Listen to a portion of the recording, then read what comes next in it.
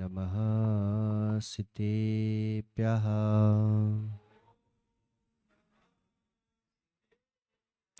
प्रदस्तिघातिकर्माणां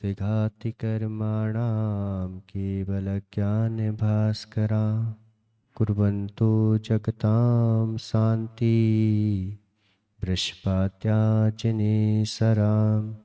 नमो अरिहन्ताणं नमो सिद्धाणं नमो ऐरियाणं नमो वज्रायाणं नमो लोये सब्साहुणं पंच परमेष्टि भगवान की 1000 आदिनाथ भगवान की आचार्य भगवान गणाचार्य विराग सागर जी महाराज की आचार्य भगवान गुरुवर विशुद्ध सागर जी महाराज की 3 कमलों कोटि मुनिराजों की मुनि श्री प्रसन्न सागर जी सुप्रभ सागर जी प्रणत सागर जी महाराज की जय। छुल्लक श्री विप्र सागर जी महाराज की जय। समस्त मुनि आरिका संघ की जय। मन को प्रसन्न बनाए रखना सबसे बड़ी तपस्या है। अगर कर्म निर्जरा का अमूल अगर कोई साधन है तो हर परिस्थिति में, हर स्थिति में, हर कंडीशन में, चाहे मिला हो चाहे ना मिला हो, चाहे हो चाहे ना हो, चाहे तकलीफ हो चाहे खुश हो, हर स्थिति में मन को प्रसन्न बनाए रखना ये सबसे बड़ी तपस्या है। ये परिस्थितियां कैसी भी हो जाएं, लेकिन मना स्थिति अगर तुम्हारी सुचारू रूप से चलती रहे, परिस्थितियों को क्या कोई बदल सकता है? क्या कौन बदल सकता है परिस्थितियों को? तुम अपनी स्थिति को बदल सकते हो क्या कि तुम बड़े ना हो, छोटे ही बने रहो? मैं एक बात पूछ रहा हूं कि ये 5 उंगलियां को आप क्या एक समान कर सकते हो क्या? और एक समान कर भी दो तो क्या उससे परिस्थिति सुधर जाएगी क्या कि बिगड़ जाएगी? कोई ऊंची है, कोई नीची है, कोई मोटा है, कोई पतला है। आपके 5 उंगलियां आप देखो कि क्या ये 5 उंगलियां कोई एक जैसी है क्या? क्यों नहीं बनाई 5 उंगलियां एक जैसी? एक जैसी बनना चाहिए थी। अगर तुमने ऐसा कर्म बांध लिया कि मैं जो हूं 5 उंगलियां एक जैसी हो जाएं, तो फिर हाथ की स्थिति क्या बनेगी?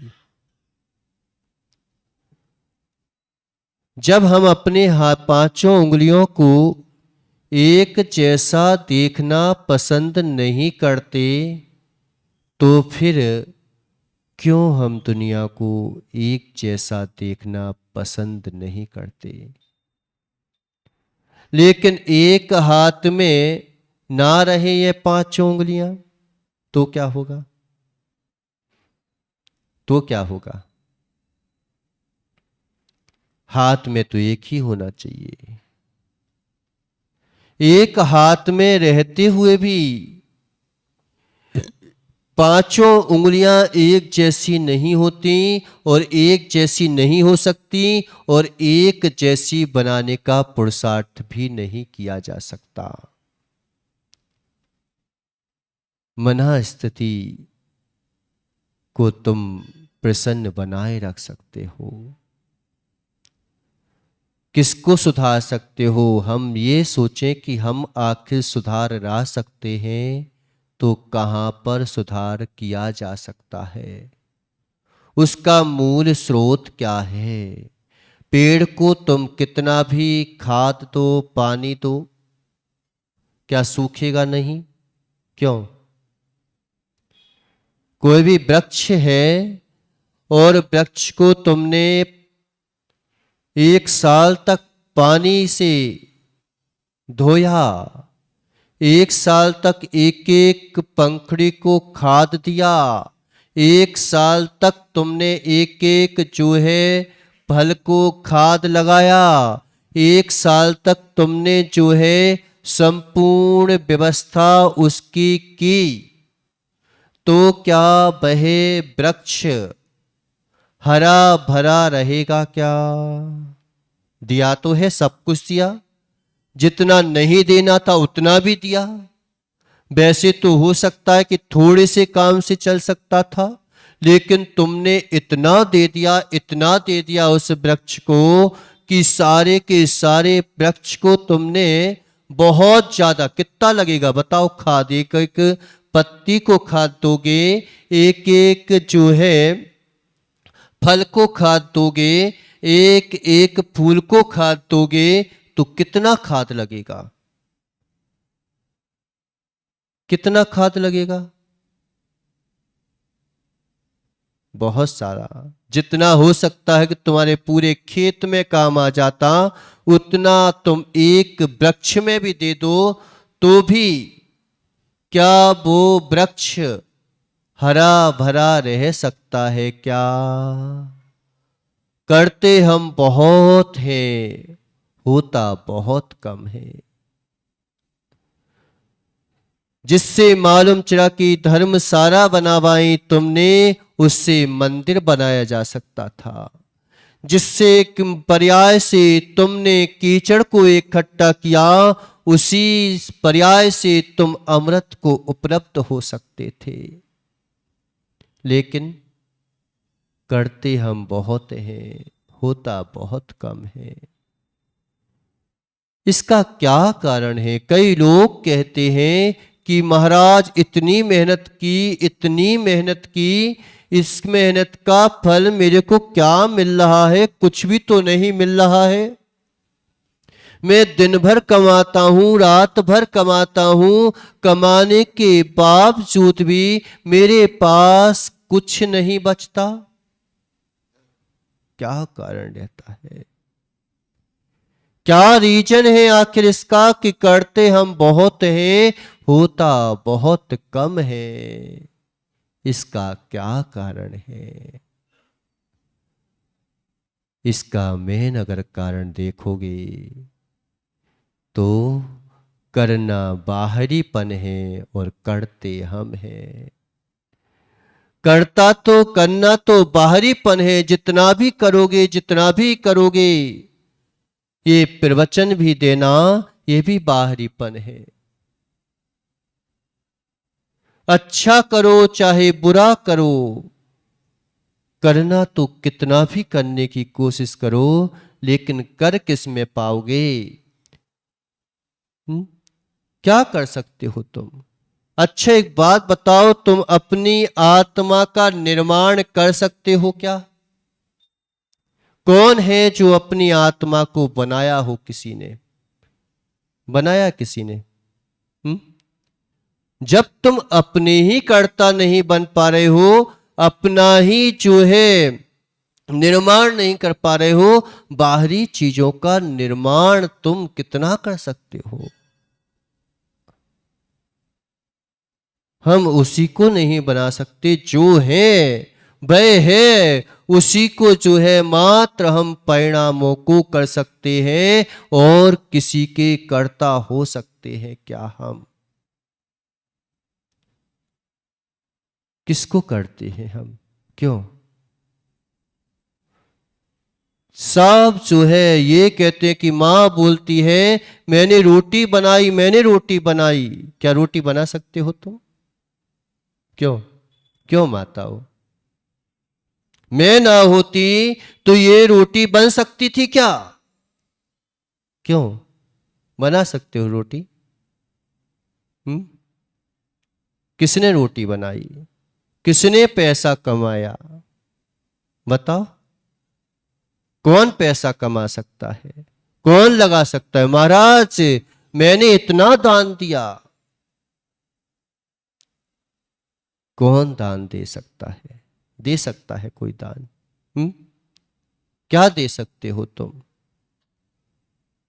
मात्र हम कर्तापने में अपने आप को लगा लेते हैं। अगर तुम्हारी हिम्मत है रोटी बनाने की तो एक काम करो, आपको हम जो है मिट्टी दे देते हैं और मिट्टी से बढ़िया रोटी बनाओ और उसको जो है फिर खा के और खिला के दिखाओ।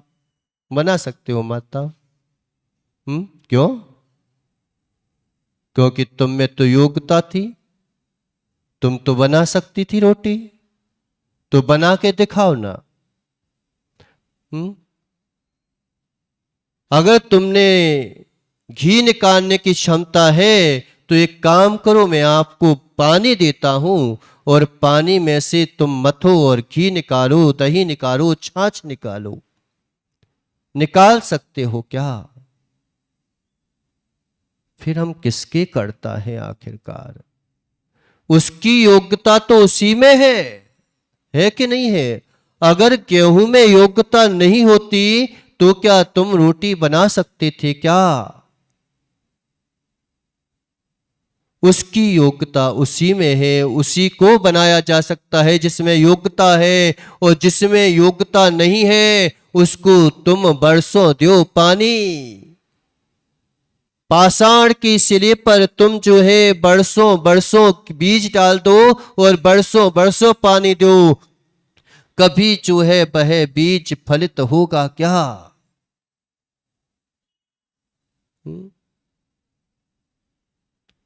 कभी फलित नहीं हो सकता। लेकिन हम हर चीज के कर्ता बन जाते हैं, सबसे बड़ा दुख है। जहां कर्ता बने, मां मैं नहीं होती तो महाराज आपके हाथ पे ग्रास कौन रखता? आपने चौका लगाया कि आपके भावों ने चौका लगाया? कौन ने लगाया?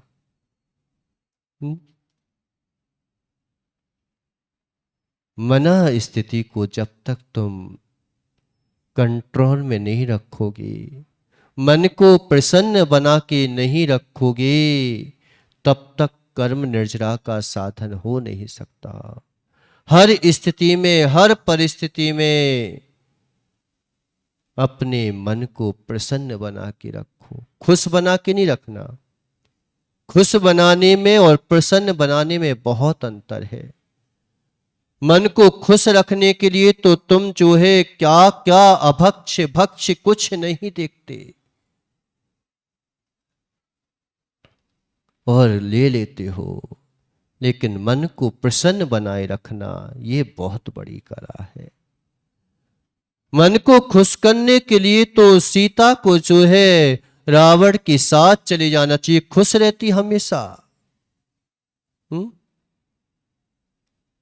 हम भगवान को भी खुश रखना चाहते हैं।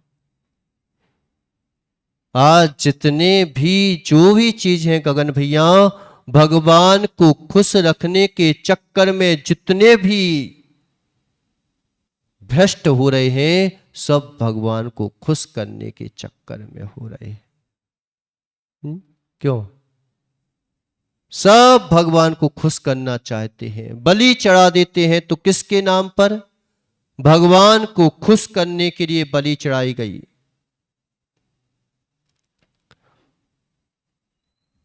भगवान को खुश करने के लिए हमने जो मांगा वो दे दिया, चढ़ाया गया। किसके लिए? भगवान को खुश करने के लिए। जितनी भी हिंसाएं भड़की हैं तो किसके लिए? सबसे ज्यादा अगर हिंसाएं भड़कती है तो भगवान को खुश करने के लिए। एक दूसरा मनुष्य का घातक हो रहा है, किसके लिए? भगवान को खुश करने के लिए, कि भगवान को दुखी करने के लिए। किसके लिए? भगवान को खुश करने के लिए। मालूम चला कि एक व्यक्ति दूसरे व्यक्ति को मार देता है और एक व्यक्ति ने दूसरे व्यक्ति को मारा और उसने भगवान का नाम लिख दिया, मंदिर का नाम दे दिया, किसी स्थान का नाम दे दिया और पूरी देशव्यापी घटनाएं घट जाती हैं किसके लिए? भगवान को खुश करने के लिए। भगवान को खुश करने वाले जगत में बहुत लोग हैं, लेकिन भगवान से खुश होने वाले कितने लोग हैं? सीता अगर खुश होने के लिए जाती तो फिर उसे रावण को अपना लेना चाहिए था। आज यही तो होता है कि हम पति देव को छोड़ देंगे लेकिन दूसरी जगह शादी कर लेंगे। किसके लिए? पति देव मालूम चाहे कि दूसरी जगह शादी कर लेंगे। किसके लिए? खुश करने के लिए। लेकिन खुश रहना, जंगल में भी जाने के बाद राम से खुश रहती है सीता कि मेरी खुशी तो मात्र राम में है, मेरी खुशी तो मात्र भगवान जैसा चाहता है उसमें मेरी खुशी है। भगवान के लिए खुश करने के लिए खुशी नहीं होती। भगवान के लिए खुश करोगे तो तुम खुश कर कैसे सकते हो? तुम्हारी क्या ताकत है कि भगवान को खुश करके बता दो? कोई है जो भगवान को खुश कर सकता है? कैसे करोगे तुम? तुम्हें जो अच्छा लगता है हम भगवान को वो चढ़ा देंगे, और इसके अलावा खुश करने के साधन क्या है? लेकिन भगवान से खुश होने का साधन है कि जो भगवान ने किया वो हम करेंगे।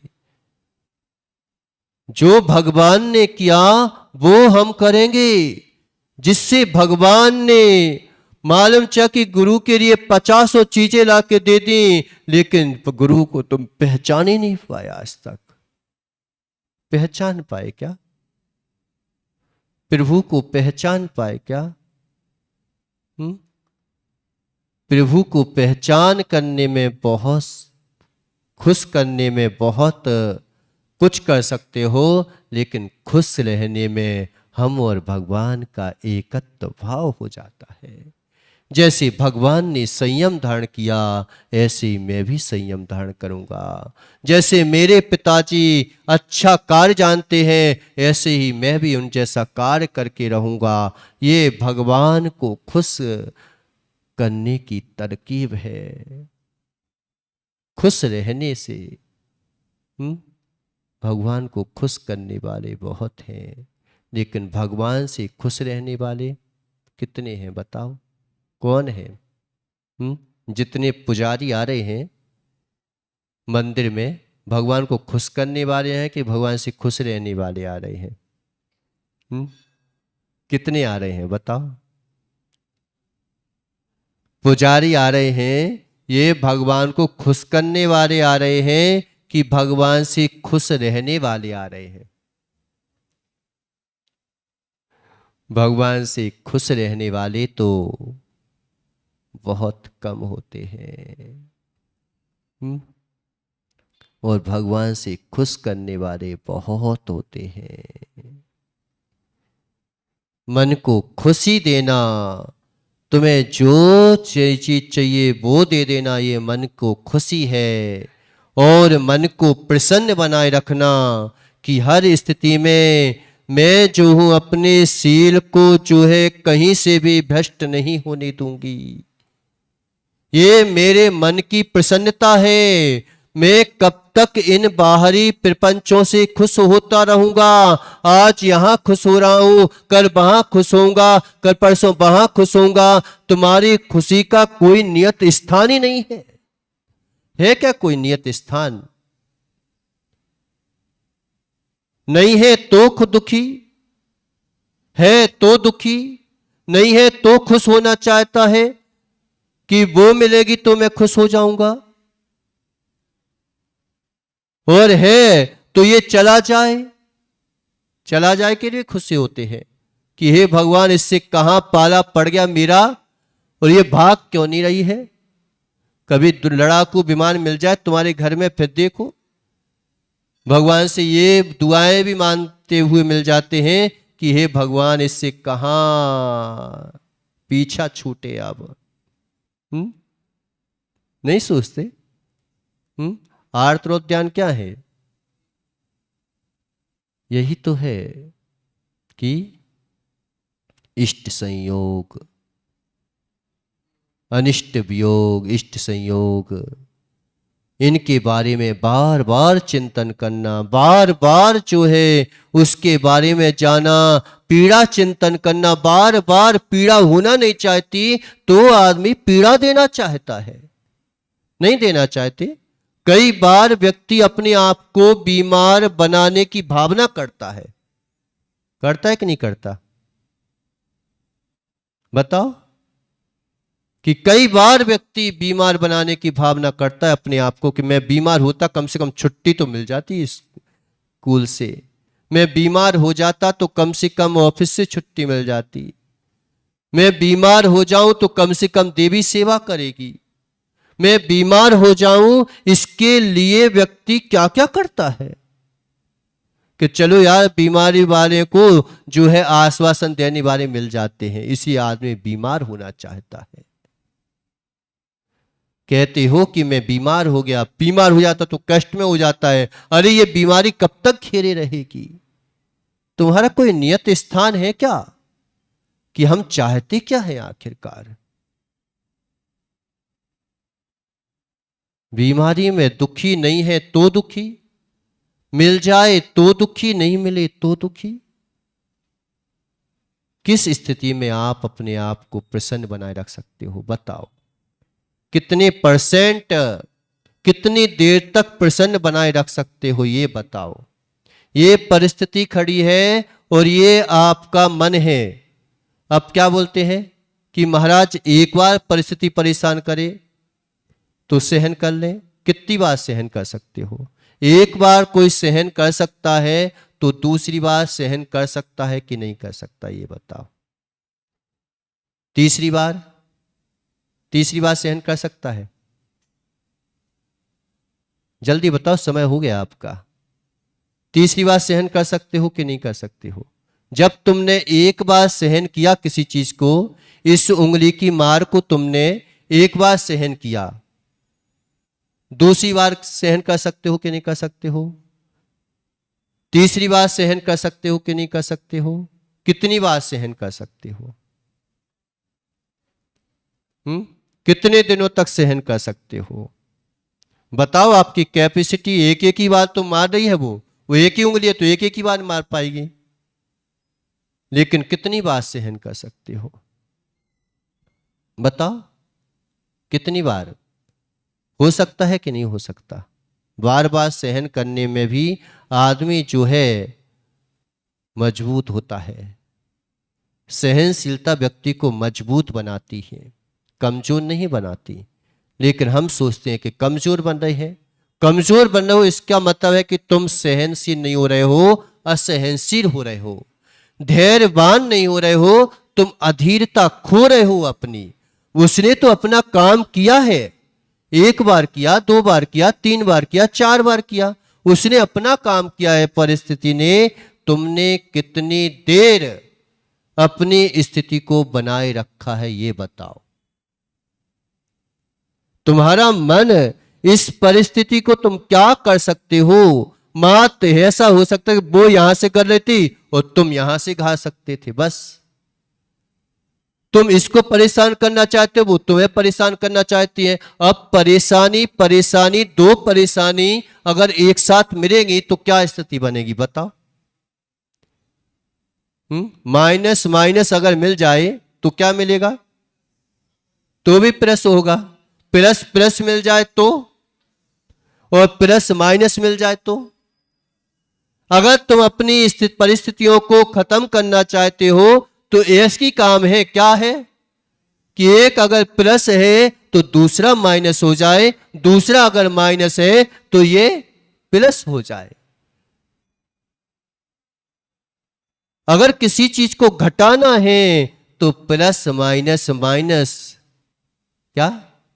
Plus minus minus, minus plus तो भी माइनस। किसी भी स्थिति को घटाना है तो एक ही कार्य है कि या तो वो प्लस है तो तुम माइनस हो जाओ, तुम माइनस हो तो वो प्लस हो जाए। दोनों अगर एक जैसे मिलेंगे तो फिर निश्चित है कि माइनस माइनस भी मिल गया तो भी प्लस हो जाएगा, जुड़ जाएगा, संसार जुड़ जाएगा। अब संसार को जोड़ना है कि कम करना है? पिल्लोभन तो बहुत होंगे, अब पिल्लोभन में फंसना है कि पिल्लोभन में प्रकट होना है, यह हमारे ऊपर डिपेंड करता है। बोले आदिनाथ भगवान की